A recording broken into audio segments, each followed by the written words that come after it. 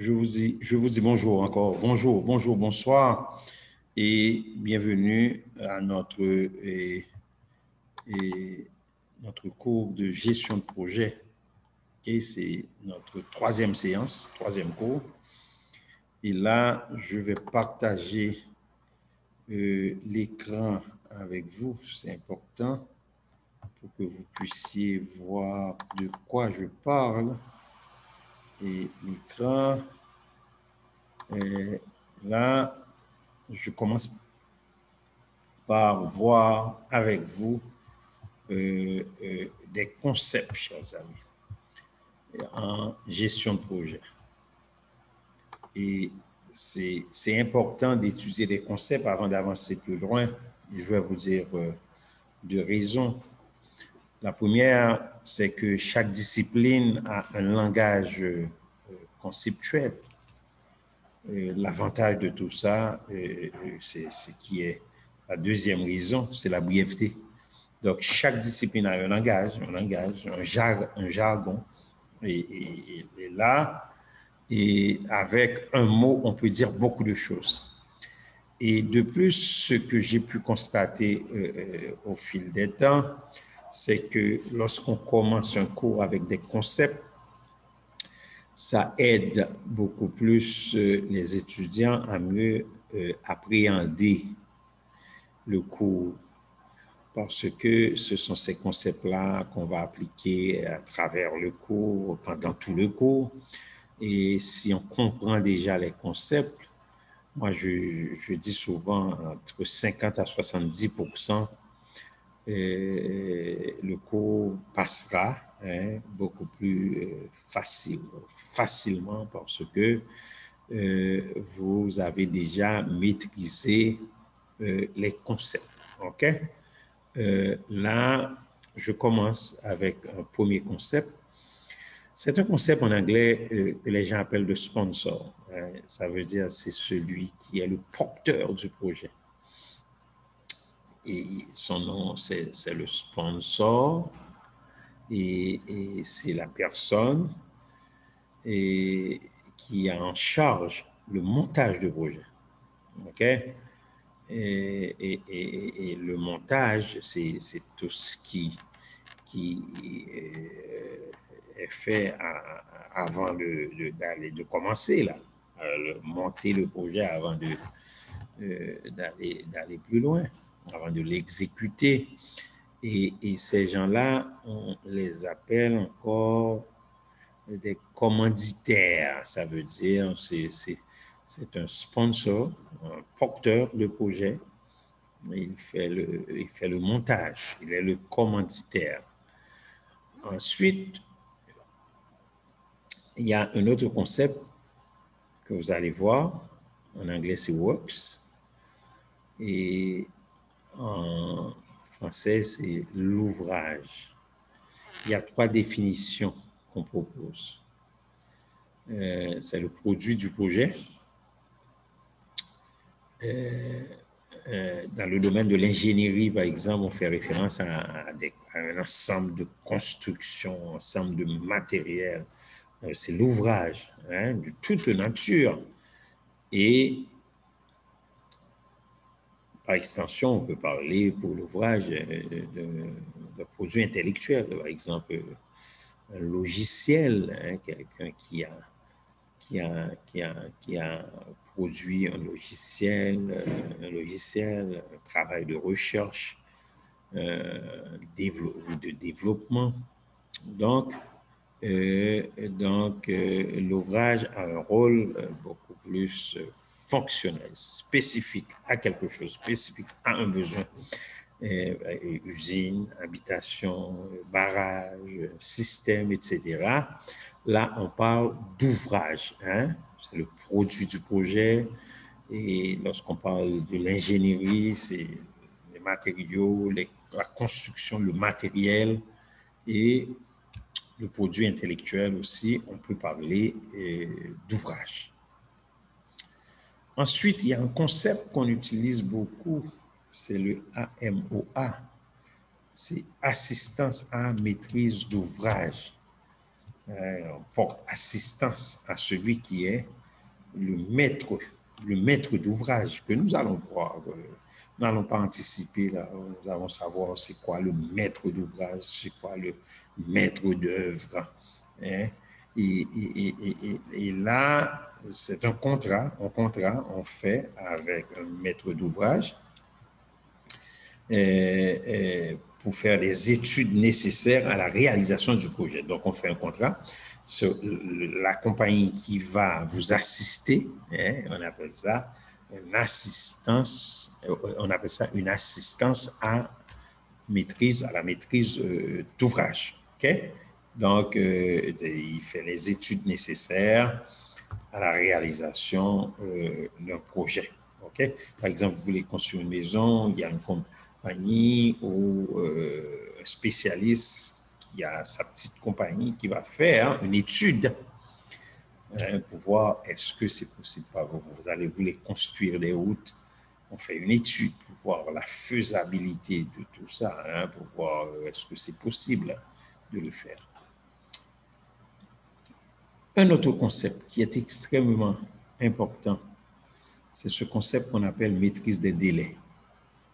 Vous allez voir, en gestion de projet, il y a des éléments qui sont extrêmement importants. Par exemple, le temps, l'argent. Le temps, l'argent, c'est important. Ce sont des éléments vraiment importants. La maîtrise des délais, ce qu'on appelle en anglais scheduling control. Il faut maîtriser les délais pour pouvoir bien piloter. C'est un concept que nous allons voir encore, le projet. Maîtrise des délais. C'est ce processus qui va nous permettre de prévoir, de suivre, d'optimiser, de contrôler en termes de le délai, les tâches et les moyens avec l'objectif de respecter un délai prévisionnel. Par exemple, on nous dit vous devez construire cette maison, vous avez 15 jours. Ça, c'est le délai. Je dois piloter mon projet pour pouvoir terminer à temps. Et vous allez voir, un projet bien piloté, c'est un projet qui termine à temps. Mais pour terminer à temps, il faut maîtriser les délais. C'est pas parce si on veut maîtriser les délais, c'est pas d'avoir une montre, une horloge, mais c'est de suivre l'horloge pour voir si on est sur la bonne voie. Donc, on doit être capable de maîtriser les délais. On dit aussi maîtrise de l'échéancier. D'accord? Le comité de pilotage, en anglais, comité de pilotage, c'est une voiture, on pilote une voiture. En anglais, c'est le steering committee. The steering committee. C'est le comité de pilotage. C'est une instance qui est là, qui est comme un arbitre. Dans ce comité-là, il y a des gens qui décident, il y a des parties prenantes.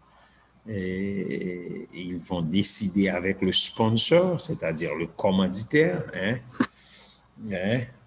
le rôle de maître d'ouvrage vis-à-vis du chef de projet.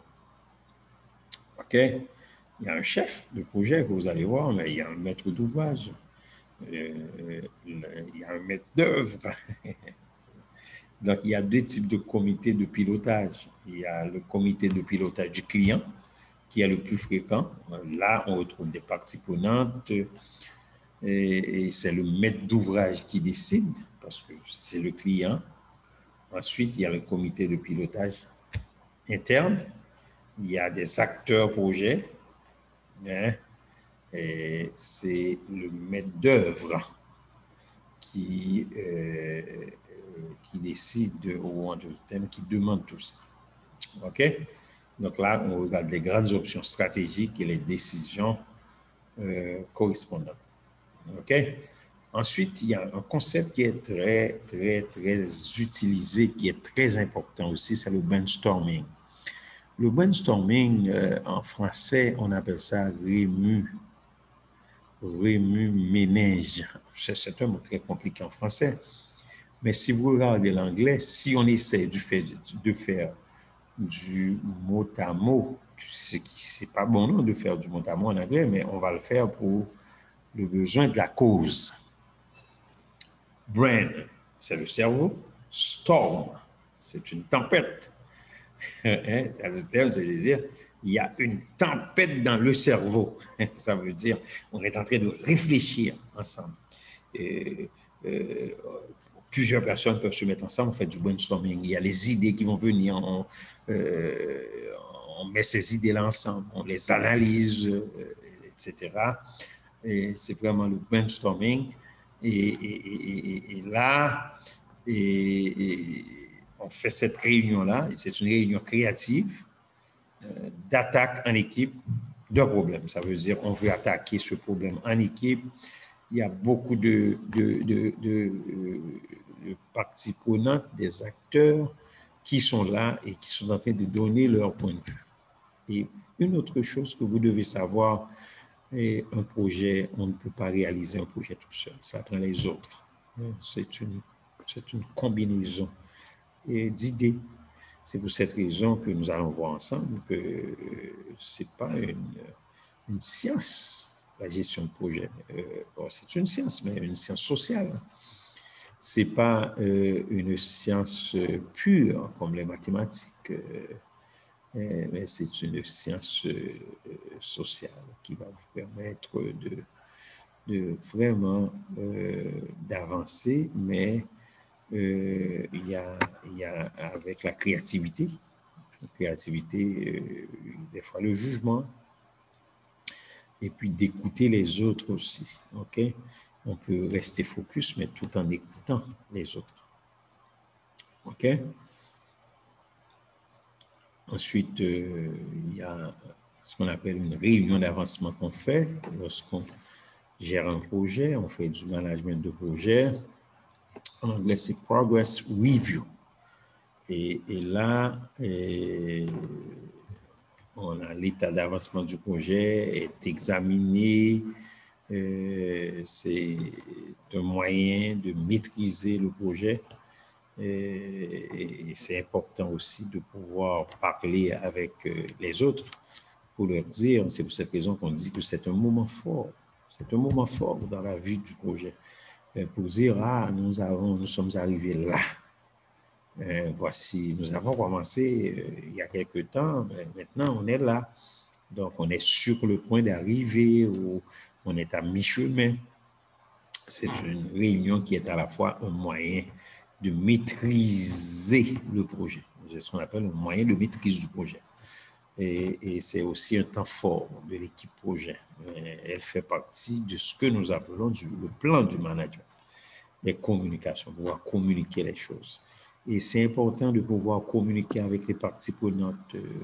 Les moments difficiles, c'est ce qu'on appelle, on fait un débriefing, les moments difficiles du projet, comment on a avancé, etc. C'est important de le faire. Ensuite, il y a ce que nous appelons un cahier des charges, un CDC.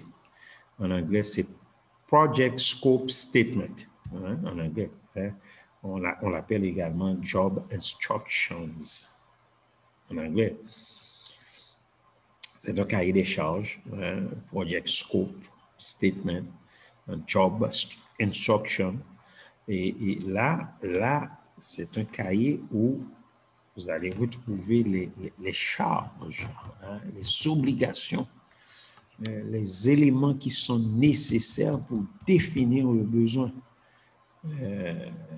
Traitement d'informations, méthodes et outils de travail, les principales contraintes à respecter pour le satisfaire.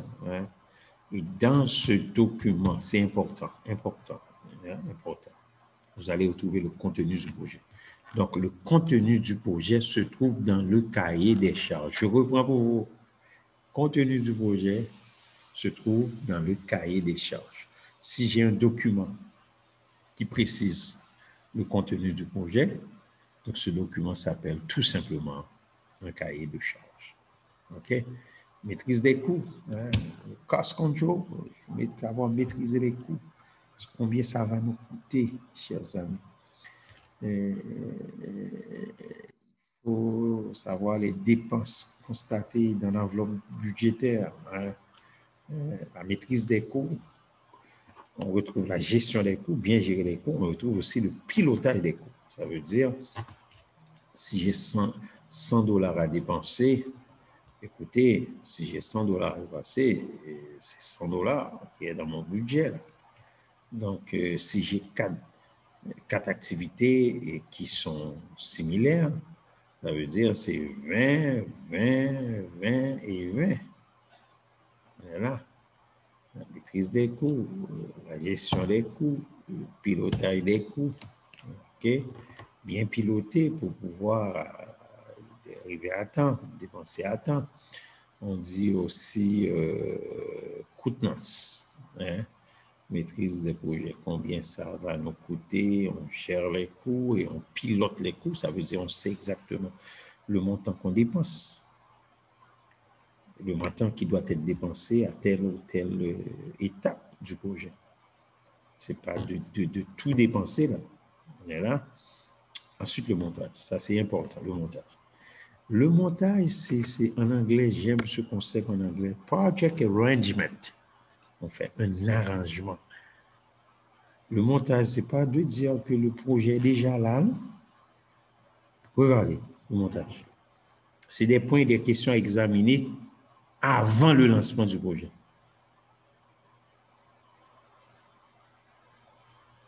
C'est ce qu'on appelle en anglais notre ingénierie du projet.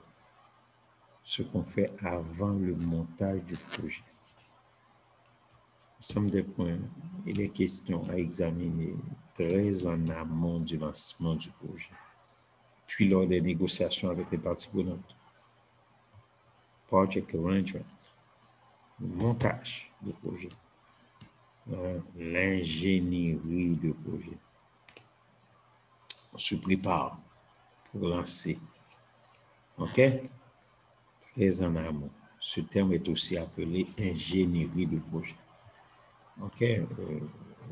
Très en amont. OK? On regarde tout ça. Donc, c'est important. D'accord? L'analyse de risque. Lorsqu'on fait affaire avec un partenaire, on doit analyser les risques. Par exemple, de façon personnelle, vous avez 100 $, quelqu'un vous demande de lui prêter 50 $. Mais vous devez analyser les risques.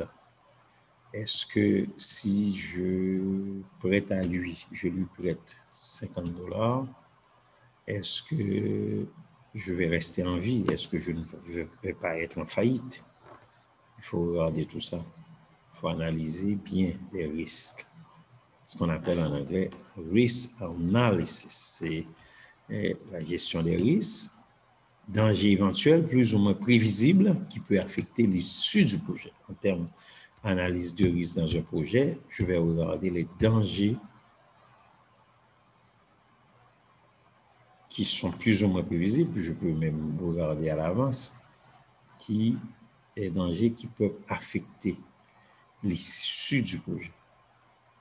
C'est de la détermination. Je détermine, j'essaie de gérer les risques. Le cadre logique, en anglais, c'est Logical Framework. Log frame ou log frame. C'est un cadre logique, c'est la matrice, une matrice qui représente quoi? La logique d'intervention, les hypothèses, les indicateurs objectivement vérifiables, les sources de vérification de projet. C'est la maîtrise qui représente la logique d'intervention, les hypothèses, les indicateurs et les sources de vérification du projet. Logique d'intervention, hypothèse, indicateur, source de vérification de projet. Tout ça, ce sont des éléments que nous retrouvons dans le cadre logique. Maintenant, la logique d'intervention, dans cette logique d'intervention, il y a 4 niveaux de la hiérarchie des objectifs. Il y a la finalité qui est l'atteinte d'un but. Ensuite, il y a le but, le point où l'on vise. Ensuite, il y a les résultats. Ce sont les plusieurs résultats obtenus. Et dernier niveau, ce sont les activités. Donc, finalité, l'atteinte d'un but, c'est important. But, c'est le point où l'on vise. Résultat, c'est les résultats attendus. Et les activités, c'est les tâches, le niveau le plus bas. Tout ça se trouve dans le cadre logique, ce qu'on appelle le log frame. Avancement. Non, excusez-moi, ce n'est pas l'avancement, c'est l'avenant. En anglais, on dit avenant, mais en français, on dit avenant, mais en anglais, on dit contract change. On apporte un changement. C'est pour ça, oui, je vous donne des concepts en anglais. Vous pouvez voir tout de suite, on dit contract change. Donc, c'est un changement dans le contrat. Hein? C'est un addendum en anglais. Hein? C'est l'avenant au contrat. C'est un contract change. Contract change. C'est un avenant. Un contrat déjà signé, et puis on apporte un avenant de document qui modifie les conditions du contrat.